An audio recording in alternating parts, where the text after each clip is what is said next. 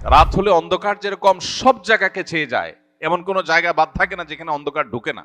ঠিক কিয়ামতের আগে ফিতনা সব জায়গাকে ছেয়ে যাবে। পৃথিবীর যে প্রান্তে মানুষ থাকুক, যেই মানুষই থাকুক, আলেম গায়রে আলেম, কেউ রক্ষা পাবে না, সবাইকে ফিতনা ছেয়ে যাবে।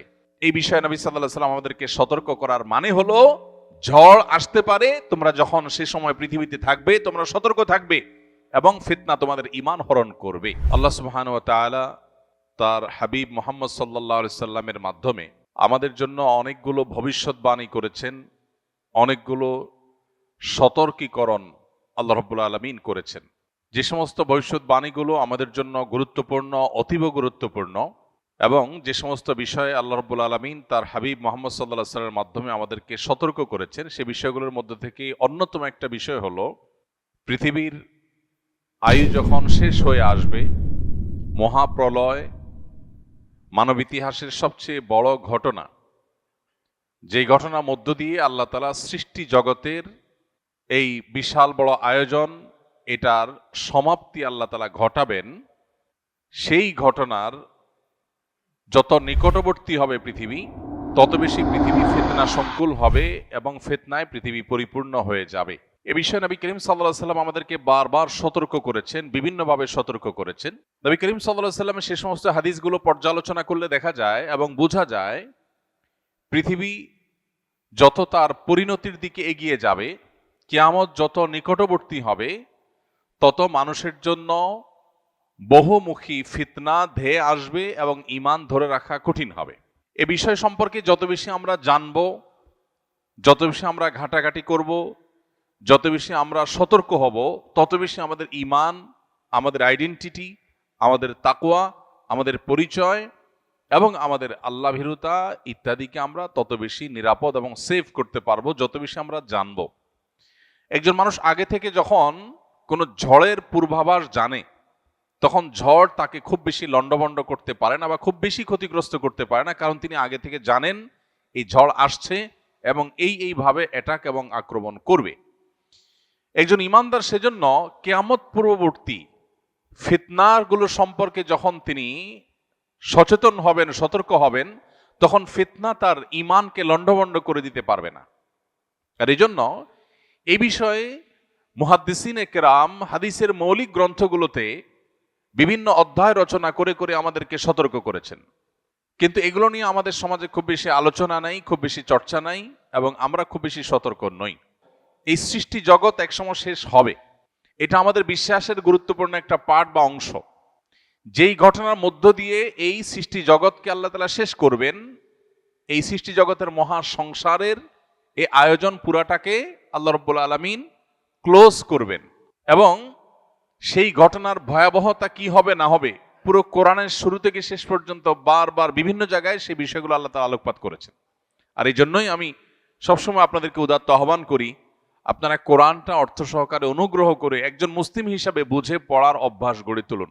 কোরআনে কারীম যদি আপনি অর্থ সহকারে বোঝার অভ্যাস গড়ে তোলেন এবং পড়েন, তাহলে ইসলাম সম্পর্কে আপনি কমপ্লিট একটা ধারণা পাবেন। আর না হলে ইসলাম সম্পর্কে আজকে একটা বিষয় জানলেন, একটা সাইড জানবেন, আবার আরেক সাইডে আপনি জানলেন না, সেটা সাইডে আপনার অজানা থেকে যাবে, অস্পষ্টতা থেকে যাবে, এখানে বিভ্রান্তির আশঙ্কা তৈরি হবে। এজন্য আপনি কালেকটিভলি ইসলামকে জানার যদি চেষ্টা করেন, তাহলে তার জন্য সবচেয়ে বড় এবং ভালো উদ্যোগ হবে কোরআনে কারীমের শুরু থেকে শেষ পর্যন্ত অর্থ সহকারে বুঝে পড়া।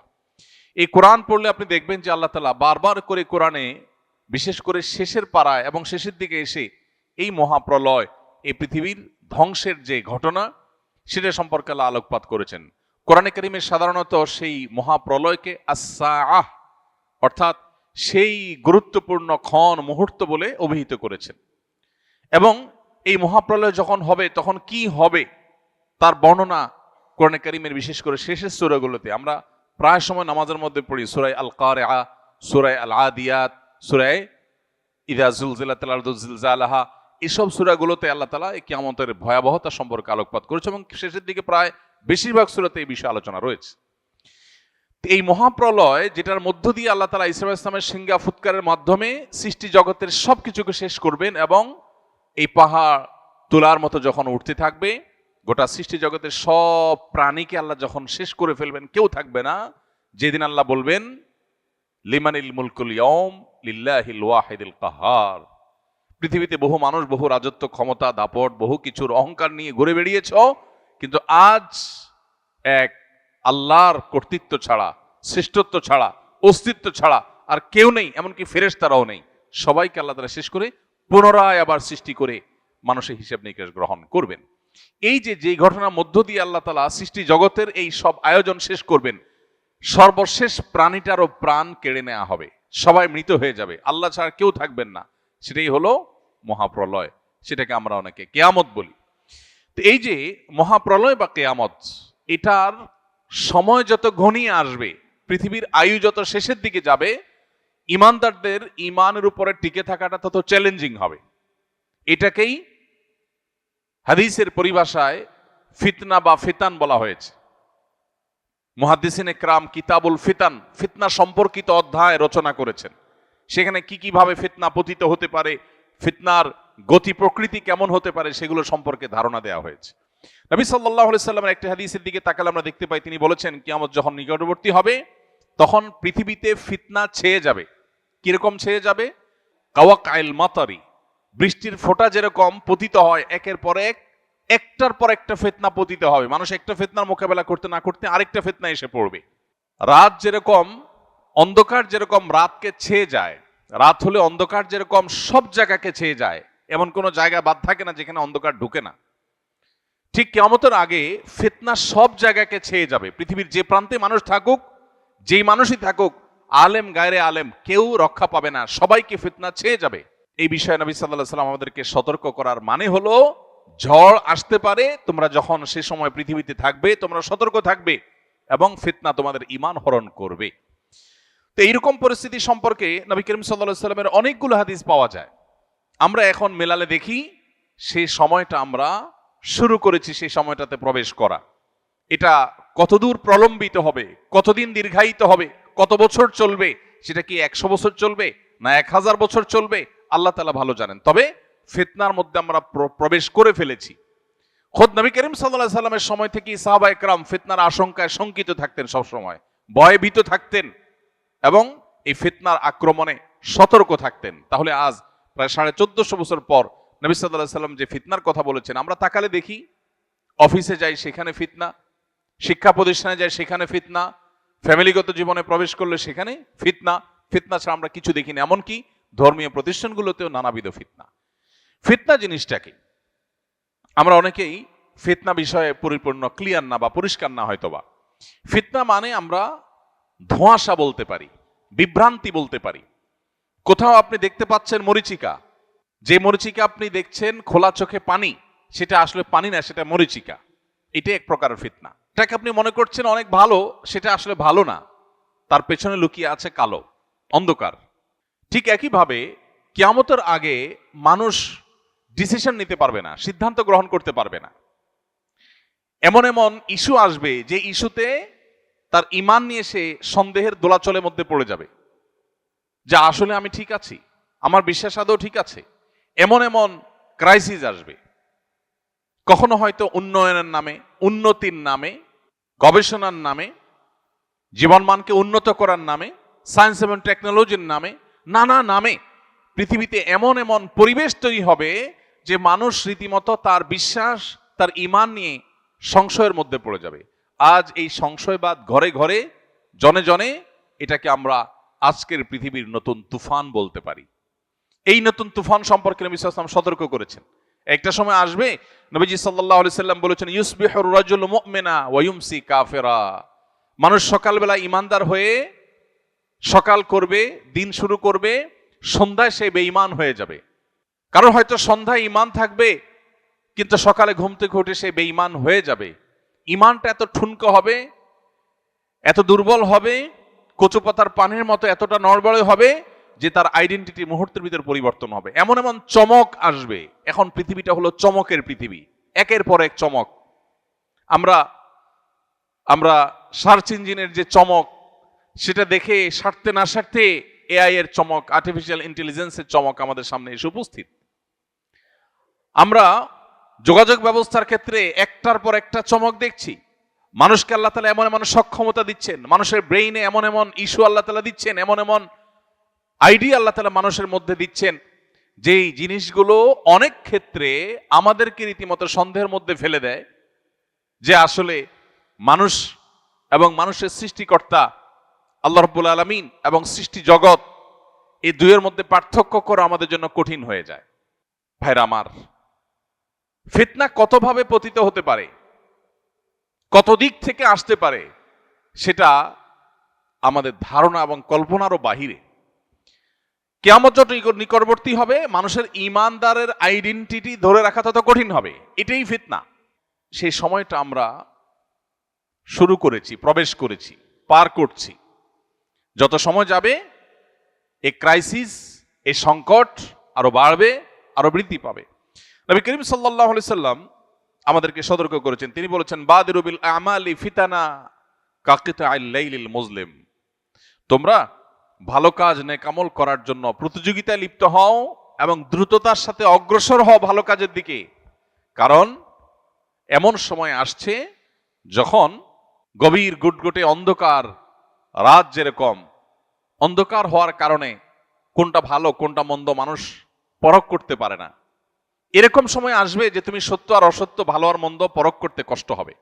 সেই সময় আসার আগে তোমরা নেকামলে প্রবেশ করো, ভালো কাজে লিপ্ত হও।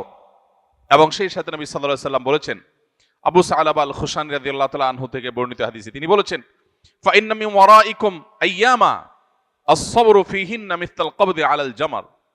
নবীজি বলেছেন সাহাবীদেরকে লক্ষ্য করে যে তোমরা চলে যাওয়ার পরে পৃথিবীতে এমন একটা সময় আসবে যখন দ্বীনের উপরে, ইসলামের উপরে, ঈমানের উপরে টিকে থাকাটা এটা জ্বলন্ত কয়লা হাতের উপরে নিয়ে থাকা যেরকম কঠিন, ওইরকম কঠিন হয়ে যাবে। আজ পৃথিবীতে মুসলিম আইডেন্টিটি নিয়ে চলাটা সহজ না কঠিন? কঠিন। অমুসলিম প্রধান অঞ্চলে বা দেশে তো পরের কথা, মুসলিম প্রধান দেশেও মুসলিম আইডেন্টিটি নিয়ে টিকে থাকা বড় কঠিন। আপনার দাড়ি থাকবে, টুপি থাকবে, আপনি নামাজ পড়বেন, হালাল হারাম মেনটেন করবেন, আপনি মাহারাম মেনটেন করবেন, আপনি সিরিয়াস দিন পালন করবেন, কোরআন হাদিসের প্রত্যেকটা আদেশ শেষে মানার চেষ্টা করবেন, আল্লাহর দাসত্ব এবং আবদিয়তকে আপনি ধারণ করে চলার চেষ্টা করবেন। সমাজই আপনাকে আলাদা চোখে দেখবে, বলবে যে এটা বেকার হয়ে গেছে, এই লোকের মাথা কেউ নষ্ট করছে। আপনি জাতে উঠতে পারবেন না। জাতে ওঠার জন্য আপনাকে অনেক অপকর্ম, অনেক গুনাহের কাজ, অনেক পাপের কাজ, কোরআন হাদিসের বাইরে আপনাকে যেতে হবে। এই যে একটা প্রবণতা, এটা আমাদের সেই সময়ের কথা স্মরণ করিয়ে দেয় যে সময়ের কথা নবীজি বলেছেন যে এমন একটা সময় আসবে যে ঈমানের উপরে টিকে থাকাটা জ্বলন্ত কয়লা হাতে রাখার মতো কঠিন হবে। ভাইরা আমার, এখন আপনার সন্তানটা নামাজ কালাম পড়ে, দিনদার, সে হারামে যায় না। সমাজের বেশিরভাগ মানুষ পাপাচারে লিপ্ত, নামে মুসলমান, দিন থেকে সরে গেছে। ওই যে ফিতনার কারণে তারা দিন থেকে সরে গেছে। এই মানুষগুলোর কাছে আপনি বরং ভিন্ন গ্রহের কোনো বাসিন্দা। আপনি বরং সমাজ বুঝেন না, সামাজিকতা বুঝেন না, আপনি বরং অসামাজিক, আপনি বরং সেকেলে, আপনি পুরাতন, আপনি আধুনিক না, আপনি পিছিয়ে পড়া, আপনি সমাজের বোঝা, আপনি স্মার্ট না। হাজারটা ট্যাগ আপনাকে দেয়া হবে। ভাইরা আমার, এই কথা নবী সাল্লাল্লাহু আলাইহি সাল্লাম বলেছেন যে একটা সময় আসবে যখন ঈমান এর উপরে অটল থাকা, অবিচল থাকাটা হাতের উপরে জ্বলন্ত কয়লা ধরে রাখার মতো কঠিন হবে। নবীজি বলেছেন, লিল আমিলি ফিহিন্না মিসলা আজরি 50 রাজুলা ইয়ামালুনা মিসলা আমালিকুম। নবীজি বলেছেন ওই রকম কঠিন সময়ে যখন ইসলামের উপরে টিকে থাকা কঠিন হবে। আপনি দেখুন সারা পৃথিবীতে, আপনি মুসলিম হন, ভালো মুসলিম হন, তাহলে সব বাধা। আপনি ইসলাম ছেড়ে দিলে আর বাধা নেই। ফিলিস্তিনের মানুষ তারা যদি মুসলমান না হয়ে অন্য কোন আইডেন্টিটি তাদের হতো, তাদের এত কষ্ট করতে হতো না। কাশ্মীরের মানুষগুলো যদি মুসলমান না হয়ে, ইসলাম না হয়ে অন্য কিছুকে ধারণ করতো, তাহলে জুলুম তাদেরকে সহ্য করতে হতো না। গত দীর্ঘ বহু বছর ধরে আমাদের দেশে জঙ্গিবাদের নামে, রাজাকারের নামে, বিভিন্ন নামে ধর্মীয় লেবাসধারীদেরকে যে কোণঠাসা করা হয়েছে, এরা যদি এই ধর্মীয় লেবাস, ধর্মীয় আইডেন্টিটি, ধর্মীয় মূল্যবোধকে ধারণকারী না হতেন, তাহলে এত বাধার মুখোমুখি তারা হতে হতো না। এই যে পরিস্থিতি, নবী সাল্লাল্লাহু আলাইহি সাল্লাম বলেছেন এরকম কঠিন পরিস্থিতিতে যারা সব যায় যাক, আমার জাতে ওঠা লাগবে না, আমার সামাজিকতা গোল্লায় যাক, আমার গোটা দুনিয়ার মানুষের যে স্রোত এবং ফ্লো তার বিপরীতে যে হলেও আমি আমার ঈমানকে, আমার তাকওয়াকে অটল করার চেষ্টা করব, ধরে রাখার চেষ্টা করব।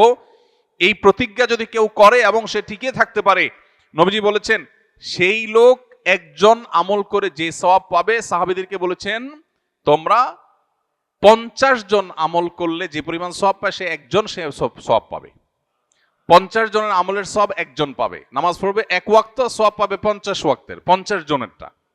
সাহাবা একরাম অবাক হয়ে জিজ্ঞাসা করলেন, হে আল্লাহ রাসূল, আপনি যে 50 জনের কথা বলছেন, ইয়া রাসূলুল্লাহ মিথলু আজরিনা 50 মিন্না আও মিনহুম, যে 50 জনের কথা বলছেন এটা কি আমাদের মতো সাহাবীদের মতো 50 জন নাকি তাদের 50 জন? কারণ সে আমলের 50 জনের কোয়ালিটি তো আর এই আমলের 50 জনের কোয়ালিটি এক না। তো সাহাবীরা জিজ্ঞাসা করছেন, ওই ফিতনার সময় যখন বাধার একের পর এক পাহাড় এবং প্রাচীর দেয়াল উঠবে, তখনও যদি কেউ ঈমানের উপরে টিকে থাকতে পারে, তাদের একজন আমল করলে 50 জনের যে সওয়াব দেওয়া হবে, সেই 50 জন কি সাহাবীদের 50 জন নাকি তাদের সময়ের 50 জন? নবীজি সাল্লাল্লাহু আলাইহি সাল্লাম বলেছেন, ক্বালা বাল আজরু 50 মিনকুম, তাদের সময় না, তোমরা যারা সাহাবী তোমাদের মধ্যে 50 জনের সওয়াব তাকে দেওয়া হবে। ভাইরা আমার, এজন্য যেখানে ঈমান এবং আমলের উপর টিকে থাকা খুব বেশি চ্যালেঞ্জিং মনে হবে, বুঝতে হবে ফিতনা উপস্থিত হয়ে গেছে। এখন আমার তাকওয়া, আমার ফিতনার সময় যে রোল প্লে করার কথা হাদিস আমাকে উৎসাহিত করেছে, সেটি আমার করার কথা। এজন্যই স্যাক্রিফাইস, এজন্যই ত্যাগ করতে হয়। সমাজের সবাই বলবে না এত হিসাব নিকাশ করে চলা যায় নাকি? আমি বলবো হ্যাঁ, চলা যা না গেলে অচল হয়ে যাব, কিন্তু আমি ছাড়বো না, আমি ঈমানকে ধারণ করে রাখবো। আল্লাহ তাআলা ফিতনার সময় আমাদেরকে এভাবে ঈমানকে, আমাদের আইডেন্টিটিকে, আমাদের তাকওয়াকে সেভ করার তৌফিক দান করুন। চতুর্দিকে তাকালে দেখব যে সামাজিকতার হাতছানি, আরে সমাজের সাথে তাল মিলাইতে হয়। প্রত্যেকটা লোকের মধ্যে দেখবেন এই প্রবণতা। ঈমানদার কখনো পরিপূর্ণ তথাকথিত সামাজিক হবে না। বহু কাজে ঈমানদার বলবে না সমাজ কি বলে দেখার দরকার না, আমার ঈমান আমল কি বলে আমি সেটা দেখবো, তাতে যদি গোটা সমাজের বিরুদ্ধে যেতে হয় যাব। এটাই হলো ঈমানের দাবি, এটা হলো তাকওয়ার দাবি, এটা হলো অটল এবং অবিচল থাকার কথা। আব্দুর রহমান ইবনে শাইবা রাদিয়াল্লাহু তাআলা আনহুর হাদিস আমাদের সবার কাছে বাঁধাই থাকা উচিত, লিখে রাখা উচিত, চোখের সামনে রাখা উচিত। তিনি বলেছেন, নবী সাল্লাল্লাহু আলাইহি সাল্লাম থেকে তিনি শুনেছেন, বাদা আল ইসলামু গরিবান ওয়া সায়াউদু কামা বাদা ফাতুবা লিল গুরাবা। নবীজি বলেছেন, ইসলাম পৃথিবীতে এসেছে যখন, তখন সূচনার সময়ে, শুরুর সময় ইসলাম ছিল বেদুইন, মুসাফির, পথিকের মতো, অচেনা অজানা, যাকে কেউ যাচে না পুছে না, যাকে কেউ আপন করে নিতে চায় না। একজন মুসাফির, পথিক, অচেনা, তিনি কোনো এলাকায় গেলে, কোনো মহল্লায় গেলে, কোনো মসজিদে গেলে কেউই তাকে আপন করে নিতে চায় না, কেউ বাসায় তুলতে চায় না, কেউ ঘরে নিতে চায় না, কারণ চিনি না, জানি না। সবাই তার থেকে নিজেকে দূরে রাখার চেষ্টা করে বা তার কাছে খুব বেশি ভেড়ে না, কেউ যাচ্ছে না, কেউ পোছে না তাকে। নবীজি বলেছেন, ইসলাম যখন শুরুতে এসেছে পৃথিবীতে, তখন এইরকম একটা অবস্থায় ছিল, কিন্তু একটা সময় ইসলামের শৌর্যবীর্য, ইসলামের প্রভাব প্রতিপত্তি, ইসলামের সাম্রাজ্য, ইসলামের জয়যাত্রা, ইসলামের প্রচার প্রসার এমন বেশি হবে যে গোটা পৃথিবীতে ইসলামের প্রভাব থাকবে।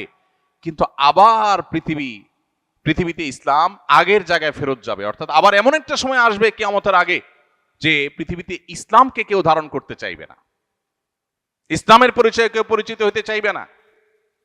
ইউনিভার্সিটিগুলোতে আমাদের তরুণদের মধ্যে সালাম দেওয়া নিয়ে হীনমন্যতা হয়, সালাম দিতে চায় না, কারণ সালাম দিলে সে হুজুর হয়ে যাবে।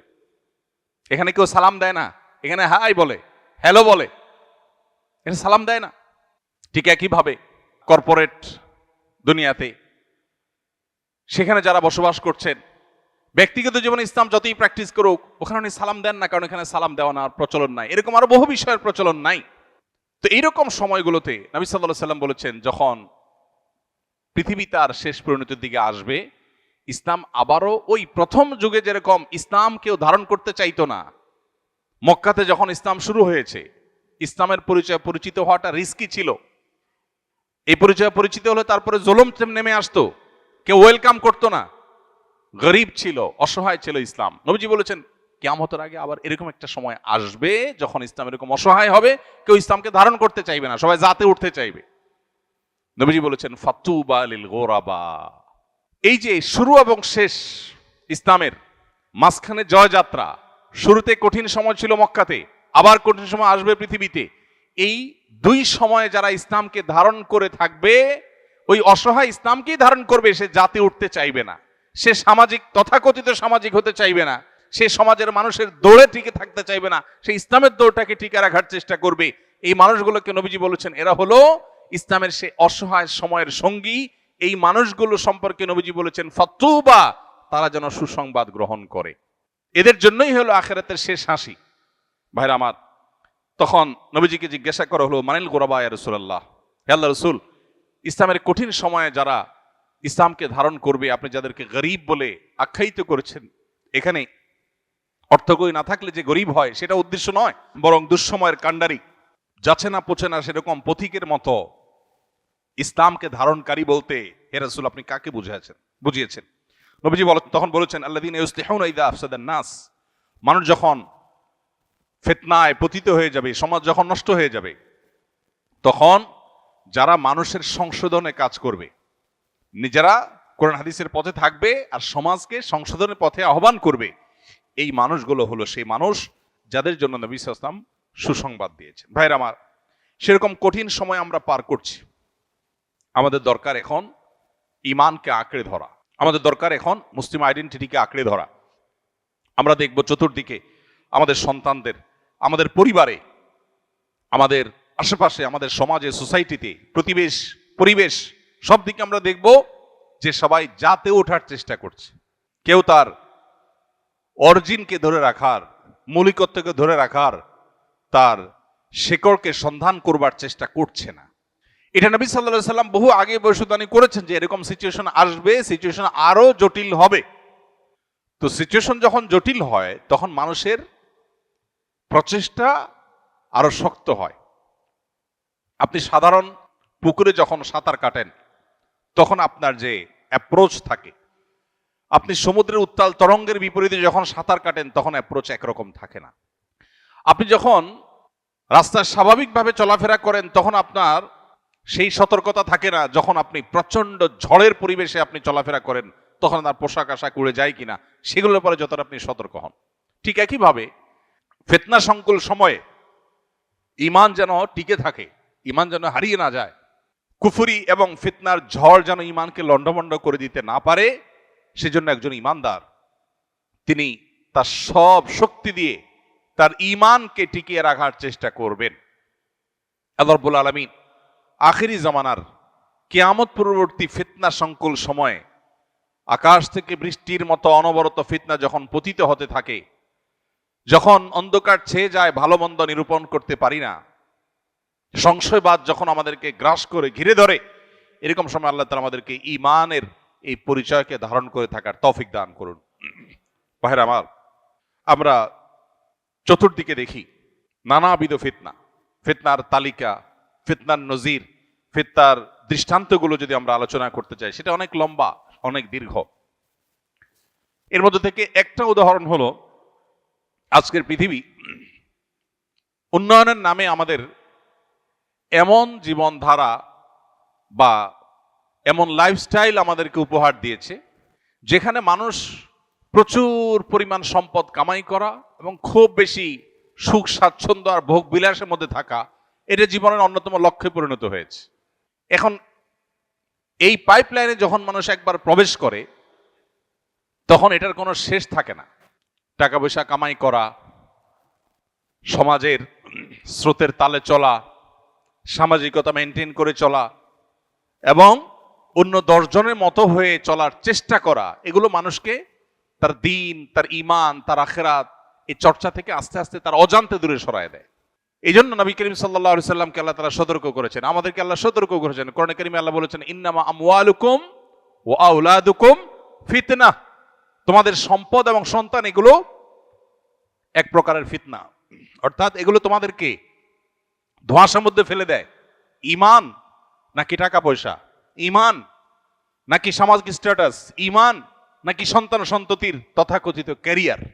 অনেক সময় আখিরাত ডুবাই দিয়ে সন্তান সন্ততির ক্যারিয়ারকে আমরা উপরে তোলার চেষ্টা করি। অনেক সময় সম্পদ এর পাহাড় গড়বার প্রয়োজনে ঈমান, আমল, আকীদা, হালাল হারাম সবকিছুকে ডুবাই দেই। তাহলে আমি যে কোনটা গ্রহণ করব, কোনটা আমার গ্রহণ করা উচিত, এই সিদ্ধান্তহীনতাটাই হলো ফিতনা। নবীজি বলেছেন, সন্তান সন্ততি সম্পদ এগুলো তোমাদেরকে ধোঁয়াশায় ফেলে দিবে, বিভ্রান্তিতে ফেলে দিবে, তুমি কোন দিকে যাবে, এবং বিভ্রান্ত হয়ে দেখা যায় ভুল পথে গিয়েছ, আখিরাত বরবাদ করে ফেলেছ। এর বাইরে আজ ভালো এবং মন্দের যে মাপকাঠি, এই মাপকাঠিগুলো পরিবর্তন হয়ে যাচ্ছে। গোটা বিশ্বে পাওয়ার হোল্ড করা, সম্পদ কামাই করা, এটাই মানুষের মর্যাদার মাপকাঠি হয়ে গেছে, মানদণ্ড হয়ে গেছে।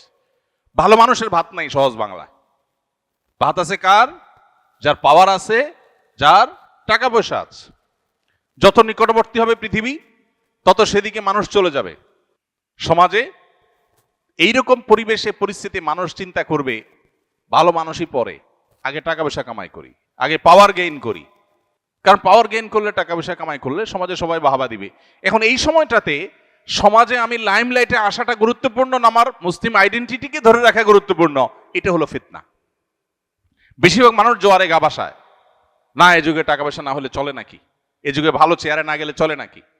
কিন্তু যে ইমানদার, ওই যে 50 গুণ সাহাবীদের সমান 50 জনের সওয়াব পাবে, সেই লোক সমাজের এই গড্ডালিকায় স্রোতে গা ভাসায় না, সে বিপরীতে চলে। সে বলে, না আমার সামাজিকতার দরকার নাই, সবাই হ্যাঁ চোখে দেখুক, কিন্তু আমি সততা, আদর্শ, নীতি এটাতে আমি ছাড় দিব না, তাতে আমার পরিবারের লোকদের কাছে আমি খারাপ হতে পারি। স্ত্রী হয়তো বলতে পারে যে এটা অচল, অচল না। হয়তো সন্তানরাও বলবে, আমার বাবা সে আমাদেরকে কিছু দিয়ে যায়নি। হয়তো মা বাপ ভাই বোনও বলবে যে এই ছেলে সমাজের সাথে তাল মেলাতে পারে নাই, সোজা সরল বেকুব, তারপরও সে তার ঈমানকে, তার তাকওয়াকে, আল্লাহর গোলাম এবং বন্দীকে সে আঁকড়ে ধরবে। ভাইরা আমার, এরকম হাজার লাখো অগণিত ফিতনা আছে এই চাকচিক্যময় পৃথিবীতে। ভোগবাদের ফিতনা আমাদের সবাইকে ভোগবাদী করে তুলছে। একজন ইমানদার যার আখিরাতের প্রতি বিশ্বাস আছে, তিনি জানেন দুনিয়াটা সামান্য সময়ের পারাপারের জায়গা। কিন্তু ভোগবাদ আমাদের সমাজে আমাদেরকে এমন ভাবে গ্রাস করে ফেলেছে যে আমাদের মনে হচ্ছে এটাই অনন্তকাল বেঁচে থাকার জায়গা। যিনি টাকার জন্য মরিয়া হালাল হারাম বাজ বিচার করছেন না, তিনি নিজেও জানেন এটা আগামী 1 মিনিট পরও তিনি ভোগ করতে পারবেন কিনা তার গ্যারান্টি নাই, পৃথিবীতে কেউ তাকে গ্যারান্টি দিতে পারবে না। কিন্তু এরপরও তিনি এর জন্য পাগল, এবং তিনি হাজার হাজার শত শত বছর বাঁচবেন না সেটা তিনি জানেন। তারপরেও এত টাকা কামাই করার পরেও তার চাহিদা শেষ হচ্ছে না, যত টাকা তার শত শত বছর কেউ শেষ করা যাবে না। তারপর তিনি পাগল পড়া ফিতনা, এই ফিতনার জালে তিনি পড়ে গেছেন, আর বের হতে পারছেন না। এই নেশায় তিনি ডুবে গেছেন, ব্যাক করতে পারছেন না, আখিরাতকে ডুবাই দিয়েছে। ভাইরা আমার, এরকম বহুবিধ ফিতনা আমাদেরকে গ্রাস করছে। রক্ষার উপায় কি? রক্ষার উপায় হলো কোরআন এবং হাদিসকে আঁকড়ে ধরা। কোরআন এবং হাদিসকে যারা আঁকড়ে ধরবে তারা ফিতনা থেকে রক্ষা পাবে। নবী সাল্লাল্লাহু আলাইহি ওয়াসাল্লাম বলেছেন, আদ্দু আলাইহা বিন নওয়াজিস। খুব কঠিন সময়ে মানুষ যখন হাত দিয়েও কিছু ধরে রাখতে পারে না, তখন মাড়ির দাঁত এটা দিয়ে কামড়ে ধরে রাখার চেষ্টা করে। ঠিক একই ভাবে তোমার ঈমানকে ধরে রাখার জন্য সর্বশেষ শক্তি মাড়ির দাঁত দিয়ে তুমি ঈমান, তোমার আত্মপরিচয়, কোরআন এবং হাদিসকে আঁকড়ে ধরবে যে আমি কোরআন হাদিসের বাইরে এক চুল যাব না, তাতে আমার সব যায় যাক। এটা হলো ফিতনার সময় নিজেকে আত্মরক্ষা করার সবচেয়ে বড় মূল মন্ত্র। আর এর পাশাপাশি নবী সাল্লাল্লাহু আলাইহি ওয়াসাল্লাম আমাদেরকে দোয়া শিক্ষা দিয়েছেন, আমরা আল্লাহর কাছে ফিতনার সময় পানাহ চাইব।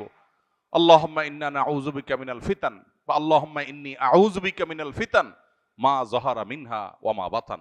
আল্লাহ, প্রকাশ্য যত ফিতনা পৃথিবীতে আছে এগুলো থেকে আমি পানাহ চাই, তোমার কাছে রক্ষা চাই। আল্লাহ রাব্বুল আলামিনের কাছে আমরা দোয়া করা, চোখের পানি ফেলা এবং ফিতনার পরিবেশ থেকে বেঁচে তাকওয়ার পরিবেশে নিজেকে নিয়োজিত করা, নিবদ্ধ রাখা, এর জন্য নিরন্তর চেষ্টা করে জীবনের শেষ মুহূর্তগুলো পার করার, শেষ নিঃশ্বাস ত্যাগ করার, ঈমান এবং আমল নিয়ে ফিতনা থেকে নিজেকে বাঁচিয়ে, নিজের ফ্যামিলিকে বাঁচিয়ে, জেনারেশনকে বাঁচিয়ে আল্লাহ তাআলা আমাদেরকে দুনিয়া থেকে যাওয়ার তৌফিক নসিব করুন। আমাদের পরিবারকে, আমাদের নিজেদেরকে, আমাদের সমাজকে ফিতনার এই ভয়াবহ করাল গ্রাস এবং থাবা থেকে বাঁচানোর জন্য নানাবিধ উদ্যোগ আমাদের নিতে হবে। সবকিছুর আগে সতর্ক হতে হবে যে ফিতনা আসছে, ধেয়ে আসছে এবং ছেয়ে যাচ্ছে, এবং এই ফিতনায় বহু মানুষ হারিয়ে যাচ্ছে। এটা হলো স্রোতের পানির মতো, বানের পানির মতো। সমুদ্রের বিশাল বড় স্রোত এসে সবকিছুকে টেনে সমুদ্রের মধ্যে গ্রাস করে নিয়ে যায়। এক এক ফিতনা এসে হাজার হাজার মানুষের ঈমান আমলকে নিয়ে যায়। তরুণদের জন্য হাজার রকমের ফিতনা পৃথিবীতে আছে। এই যে বিটিএস ফ্যান হচ্ছে আমাদের ছেলেমেয়েরা, আমাদের তরুণরা, তাদের যে আকর্ষণ করবার মতো ক্ষমতা, সম্মোহনী শক্তি, দুর্বল করে ফেলার যে শক্তি, এটার ফলে নিজের অজান্তে আমি তাদের ফ্যান হয়ে যাচ্ছি। কখনো খেলোয়াড়দের ফ্যান হয়ে যাচ্ছি, কখনো তথাকথিত বিভিন্ন তারকাদের ফ্যান হয়ে যাচ্ছি, যে আমি আমার ট্র্যাক থেকে সরে যাচ্ছি, আমি ইসলাম থেকে সরে যাচ্ছি। কখনো ক্রীড়ার নামে, কখনো কৌতুকের নামে, কখনো বিনোদনের নামে, কখনো অন্য কোনো নামে এমন এমন চমক আসছে যে চমকগুলো দেখে আমি হারিয়ে যাচ্ছি। ওই স্রোত খড়কুটোর মতো করে আমাকে ভাষায় নিয়ে যাচ্ছে এবং তার ভিতরে সে গ্রাস করে নিয়ে যাচ্ছে, আমি টেরও পাচ্ছি না। আল্লাহ রাব্বুল আলামিন আখিরি জামানার এই সমস্ত ফিতনা থেকে আমাদেরকে হেফাজতে রাখুন, আমাদের ঈমান আমলকে আল্লাহ তাআলা হেফাজতে রাখুন। ফিতনা সংকুল এই সময় ঈমানকে আল্লাহ তাআলা কঠিন এবং দৃঢ়ভাবে আঁকড়ে ধরে রাখার তৌফিক দান করুন। আসুন্নাহ ফাউন্ডেশন, উম্মার স্বার্থে সুন্নাহর সাথে।